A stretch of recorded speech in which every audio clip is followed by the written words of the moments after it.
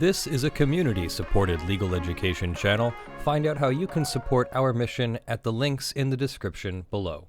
Picture this. You come across a car stopped in the middle of the road.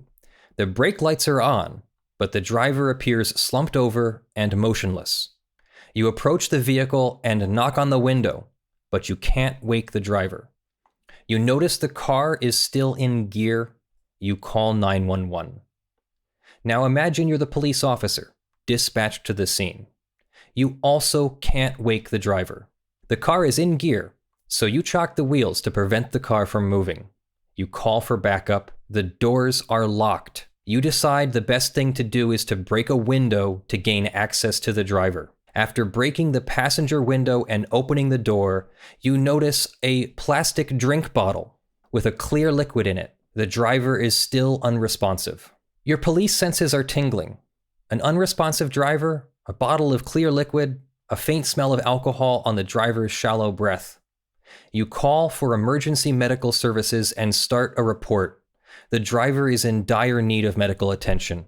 You order blood tests for alcohol and drugs. The driver later wakes up in the hospital with no memory of the incident and a .43 blood alcohol level, more than 5 times the legal limit. You pride yourself on a job well done, catching another dangerously intoxicated person. The prosecutor and the community thank you for doing your job as a public servant. The driver pleads guilty and is sentenced. Case closed. Another day on the job. Except this day was different than other days. The driver of the gray sedan was wearing a uniform. The uniform of a detective with the city police department. Despite noticing the smell of alcohol, the unresponsive driver in the middle of the road, and the bottle of clear liquid in the passenger seat, you decide not to report the incident as a possible DUI. You instead keep quiet. You don't order a blood test or conduct any investigation. You don't examine the bottle of clear liquid. You keep your lips sealed.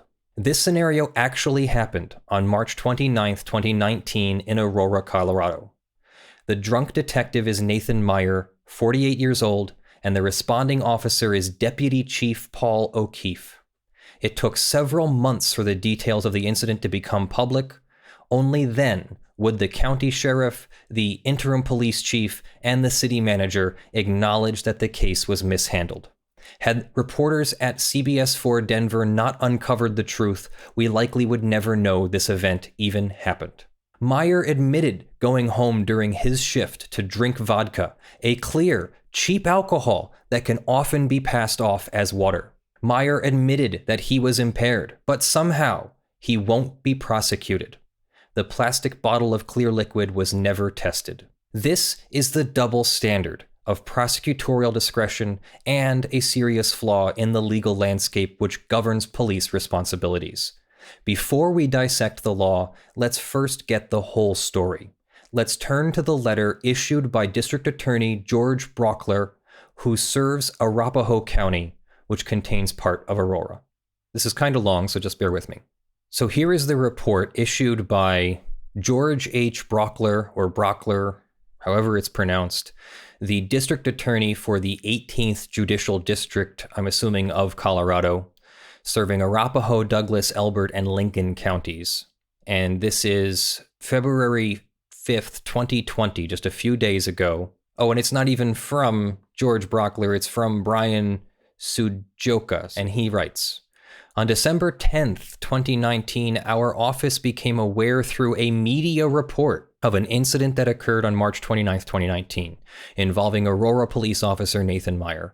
Prior to the media report, we were not made aware of the incident by the Aurora Police Department. The incident involved Officer Meier being found unconscious, in uniform, and armed in a marked patrol vehicle. It doesn't seem so marked to me, but okay. With the engine running while stopped in a roadway in Aurora. He smelled of alcohol.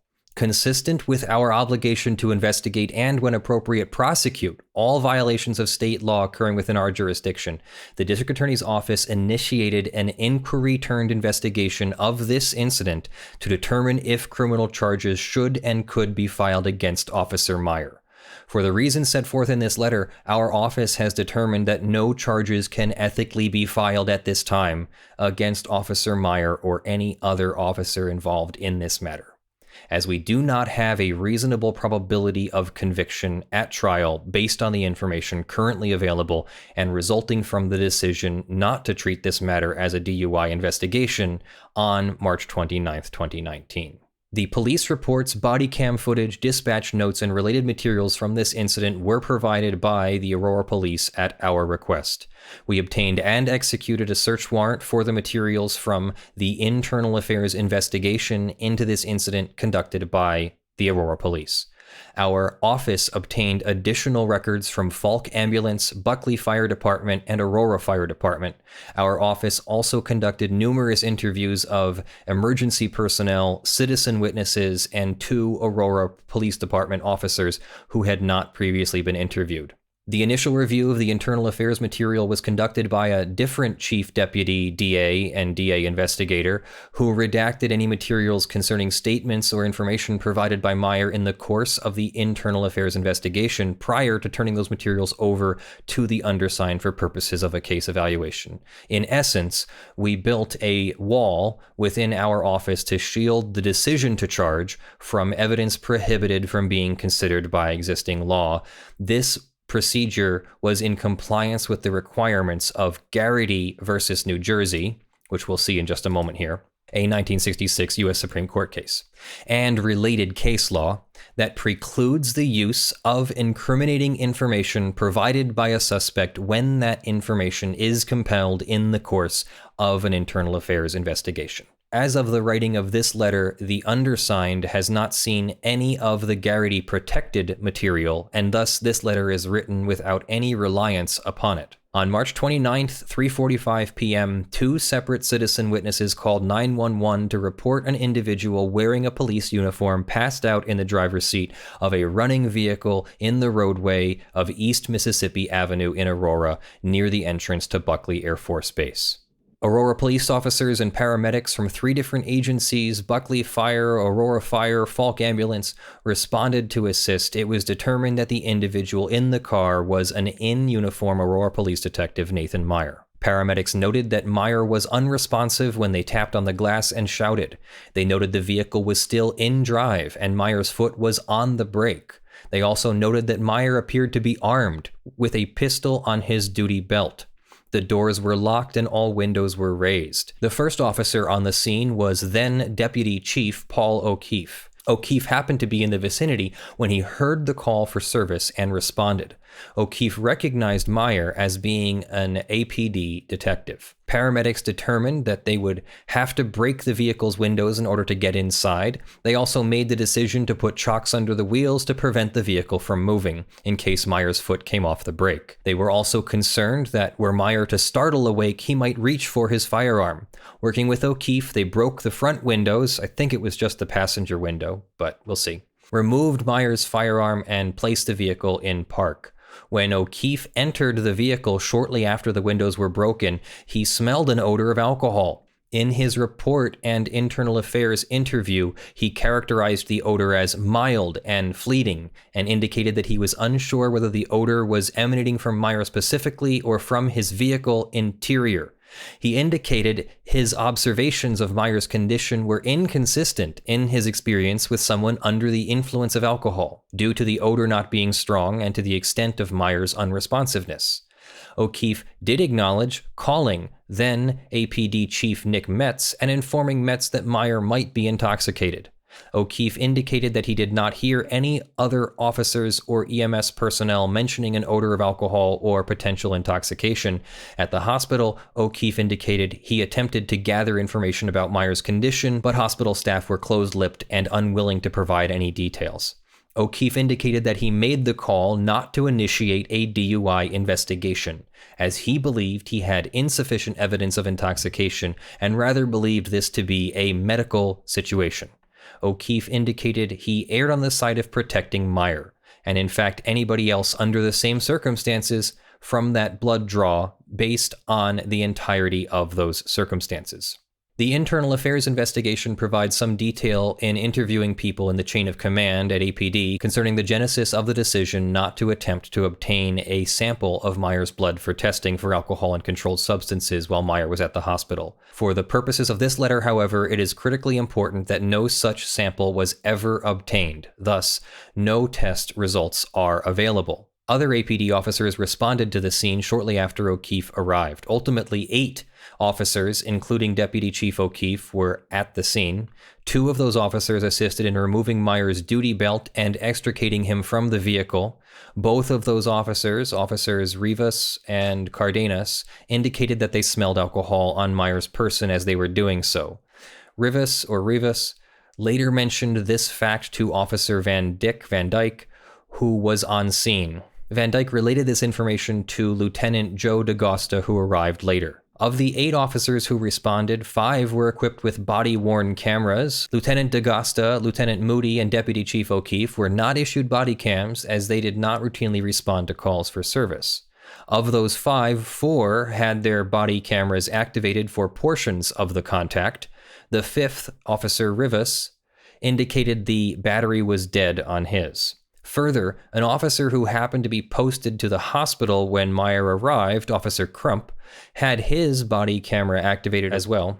Of the 4 who had body-worn cameras on scene, a total of 16 minutes and 20 seconds of footage was provided. From the captured video, it appears the officers turned their cameras on and off at different times during the contact, which accounts for the relatively small amount of body cam footage. Officer Van Dyke's body-worn camera captures an interaction with Lieutenant DaGosta as Lieutenant DaGosta was arriving on scene. Officer Van Dyke can be heard saying that he's a little intoxicated, referring to Meier, immediately followed by Van Dyke making a disgusted sound and immediately turning off his body-worn camera.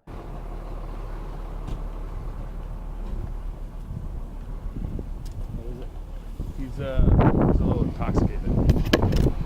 Oh. Van Dyke was asked about this interaction during the Internal Affairs interview and indicated that he was passing along the information provided to him by Officer Rivas, who smelled alcohol on Meier's person. In total, 6 officers had some degree of interaction with Meier on the scene. Of those 6, 3 smelled alcohol coming from either his person or the vehicle, and 3 did not. The city-owned Ford Taurus driven by Meier was transported to the city shops to have the windows replaced. The Aurora officers who did so were not directed to conduct any search of the vehicle, which would have required no warrant and no probable cause to conduct. No such search was conducted. From the body-worn camera footage, the only item of potential significance that can be seen inside Meier's car is a plastic disposable bottle containing a clear liquid on the front side passenger seat. This bottle was never seized or further examined. An investigator from the District Attorney's Office obtained records from Falk Ambulance, Buckley Fire, and Aurora Fire. With that information, the investigator interviewed 5 of the responding personnel who directly interacted with Meier. All 5 were asked if they smelled alcohol on Meier. All 5 stated they did not. Importantly, all 5 stated that no APD officer on scene told them that they had smelled alcohol on Meier. Several of the 5 stated that had they been told about an odor of alcohol, it would have been helpful in their medical assessment. The 5 EMS personnel were also asked whether they suspected alcohol intoxication. All 5 stated they did not. Several mentioned that they suspected stroke. One suspected opioid exposure, such as fentanyl, as a possibility. Others were unsure what the cause of Meier's condition was. These 5 EMS personnel, well trained in their fields and with significant experience assessing suspected intoxicated drivers, presumably would testify at any future trial of Officer Meier. Numerous APD officers went to the hospital where Meier was being treated. Several APD officers noted that the medical staff were unusually closed-lipped about Meier's condition. Several APD officers noted that in their experience, hospital staff will at least give an assessment of whether someone appeared to be under the influence. In this instance, hospital staff were unwilling to say anything.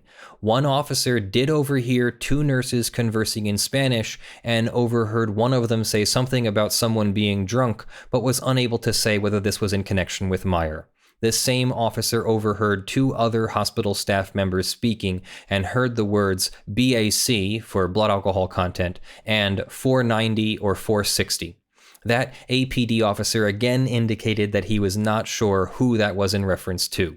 Ultimately, APD did not seek to obtain any medical records or tests from Meier's hospitalization. As part of the follow-up investigation by the district attorney, investigators looked for any ready reports, report every drunk driver immediately, or any similar reports concerning the vehicle in question being driven erratically earlier that day.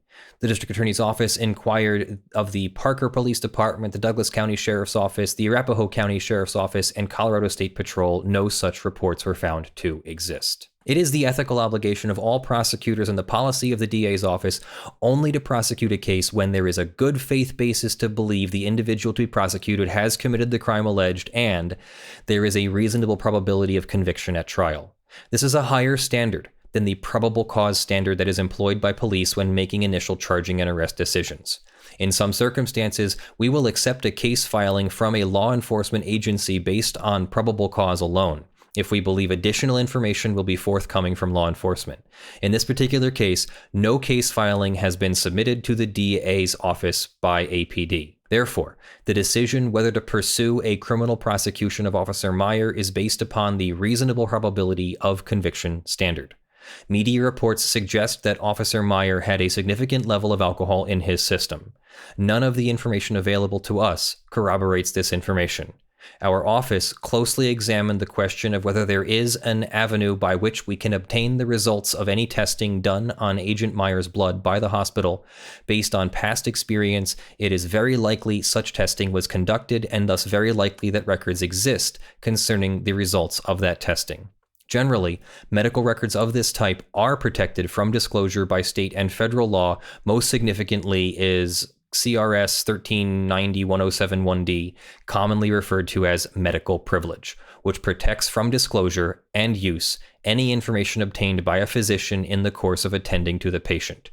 It is clear that the records from Meier's hospitalization would generally be of the sort covered by that privilege. There is a statutory provision allowing law enforcement to obtain blood test results in the context of a DUI investigation under certain circumstances. This statute, CRS 42-4-1301-18, provides as follows.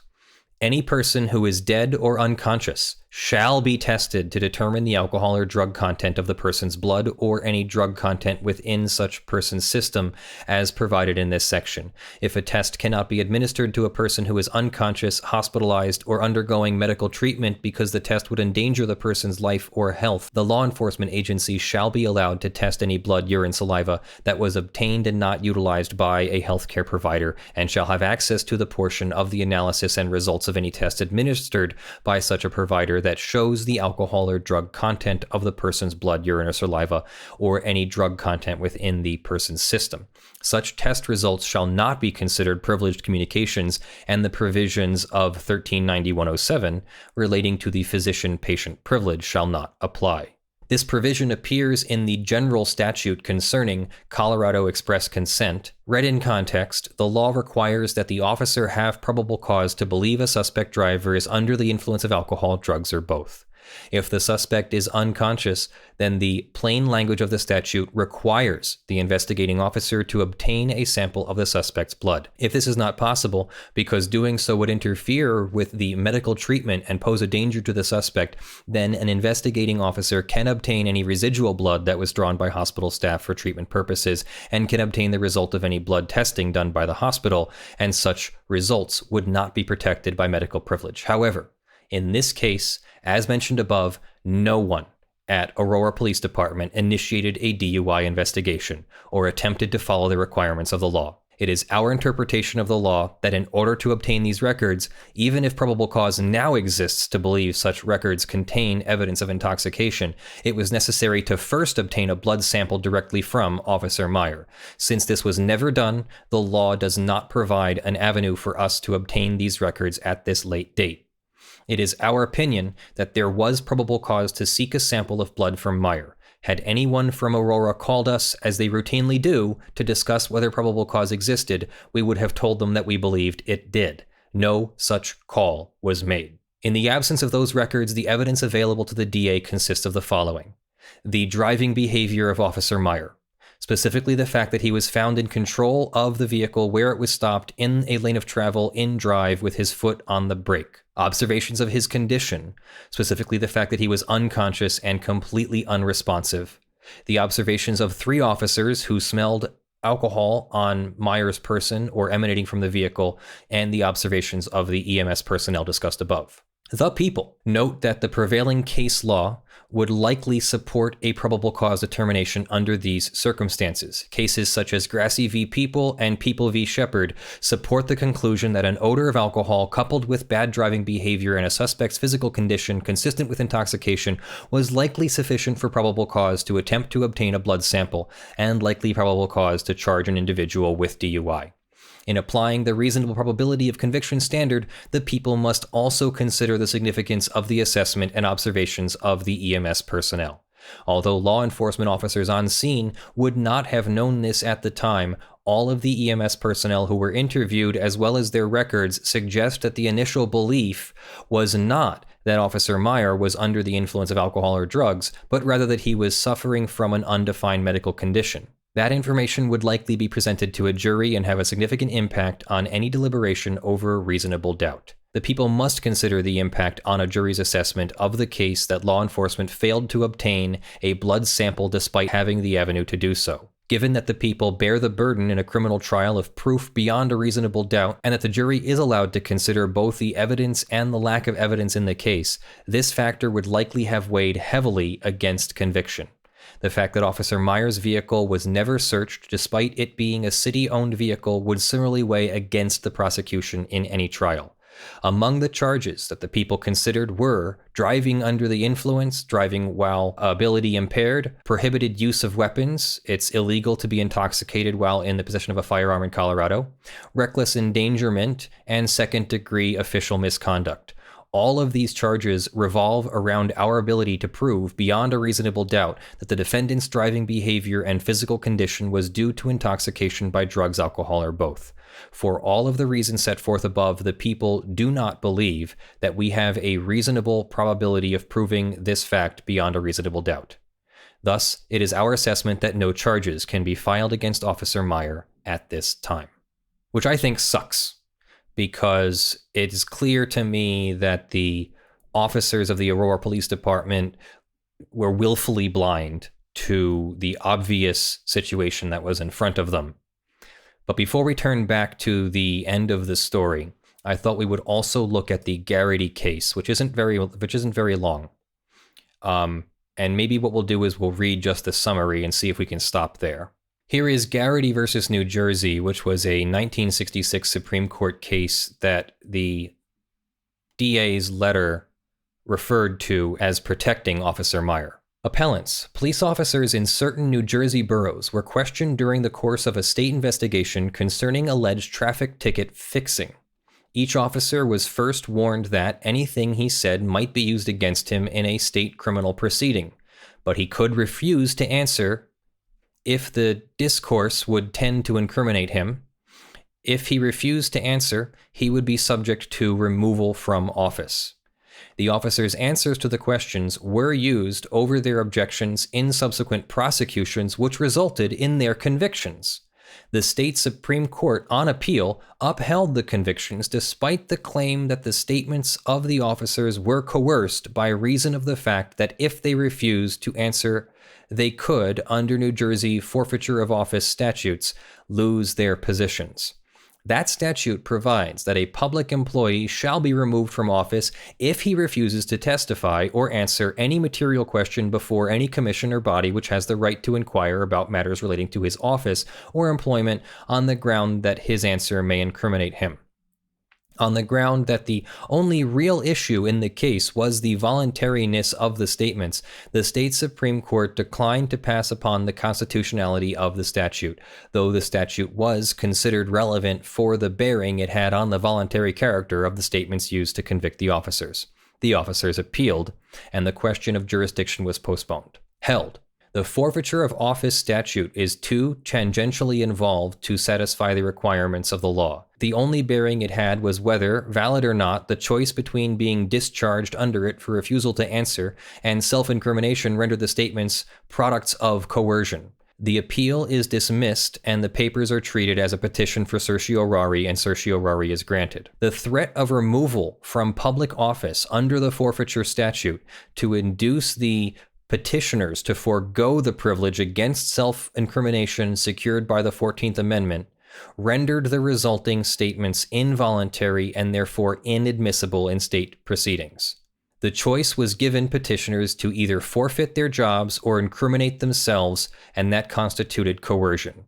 So that is the short version of the basis for why Meier's DUI is not something that can be used against him. If I read everything correctly and can sort of do a TLDR summary, because the officers did not open an investigation and the district attorney's office was never even notified until December, some 9 months later, or at least 8.5 months later, there's no evidence that can be used from the internal affairs investigation because he either lost his job for not cooperating with the internal affairs investigation, or he self-incriminated, which he did self-incriminate in the internal affairs investigation. So that evidence would apparently be thrown out if the DA tried to present it to the court in a prosecution for basically any offense.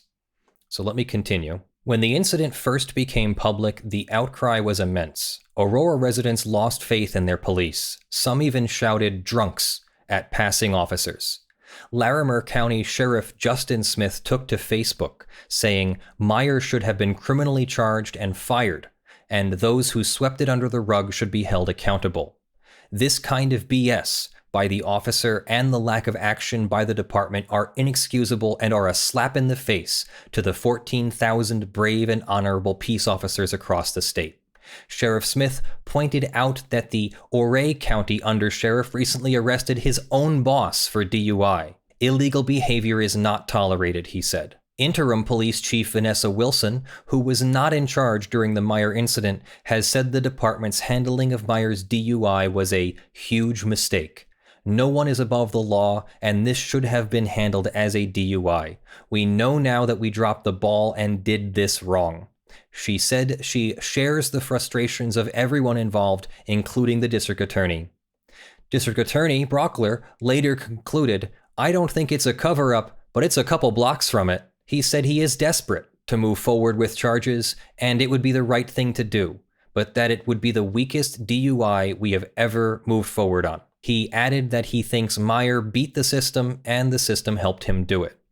City Manager Jim Twombly said that he agrees with the DA's assessment and that the incident falls far short of the standards of accountability and integrity we expect of all city employees, and it has jeopardized our strong relationship with our residents. Twombly has hired a former U.S. Attorney, John Walsh, to conduct an independent review of the situation. Twombly said the city is implementing new policies to head in the right direction. As to Meier, he has at least been dealt with somewhat. The drunk detective was demoted back to officer and received significant unpaid suspension. Meier has a checkered history. According to CBS 4 Denver, when he was asked if he had ever been fired by a previous employer, Meier responded yes. He has also said he received a formal written reprimand previously and has been investigated for improper conduct or illegal activities, had been convicted of a misdemeanor, and had engaged in undetected theft of goods or property. These are the double standards officers in the United States are held to. Every honorable, trustworthy officer of high integrity should be outraged at the hypocrisy we've seen in the handling of Nathan Meier's case. Were a civilian like you or me in the same position, we would not be given the privilege of police overlooking a DUI in order to prevent further prosecution. It's not that they didn't know, which would be at best an unfortunate mistake. It is a cover-up, a successful one, which was only exposed by concerned civilians keeping watch over the police. After obtaining the body cam footage from the incident, one lieutenant can be heard confirming that police knew Meier was drunk. He's a little intoxicated. Oh. Absolutely outrageous. Just so you know, there's billboards all over Pennsylvania that say something along the lines of, did you just blow a .08? You just cost yourself $10,000. Because your first DUI will require you to pay a huge fine, require you to hire a lawyer, will require months of court appearances and pretrial services and post-conviction services and probation and all that. And that's if you don't go to jail because, maybe your DUI didn't actually hurt anybody. But the second DUI or the third DUI start to come with jail time and even worse consequences. This guy didn't even get any of that. This guy just got demoted, gets to keep his job, gets to keep his pay, gets to keep his pension, something that none of us would ever have the opportunity, for lack of a better word, to do. Now, I don't expect that many of us are going to commit an offense as egregious as driving under the influence, but let's also take a look at this guy's blood alcohol level. If it really was 0.43 or 0.46 or 0.49, what that means is 0.43%, a half a percent of his blood was alcohol. That takes a lot of drinking. And as a person who has alcoholism running in my family, my uncle died of alcoholism. My other uncle was recovering from alcoholism. My grandfather was an abusive alcoholic.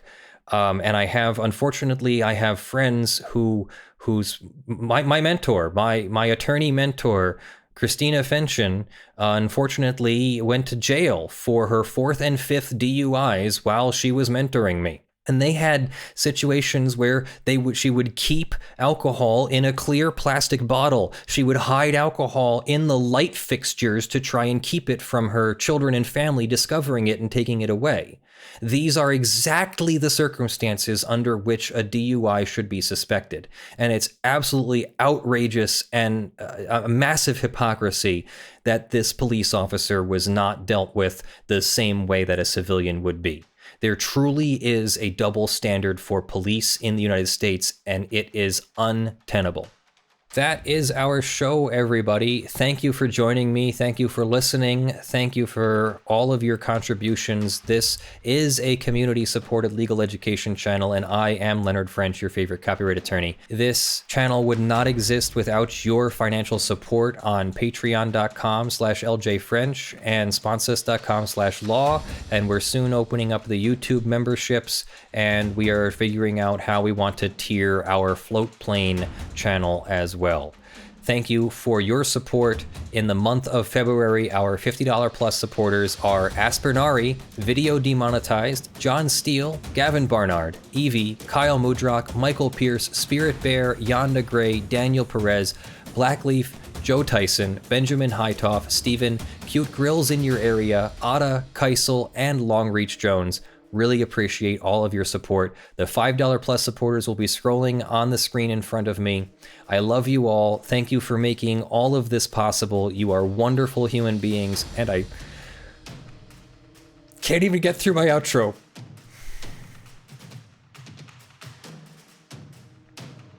And I'm so blessed to have you as part of my community. I will see you in the next video. I'm Leonard French, your favorite copyright attorney. Bye.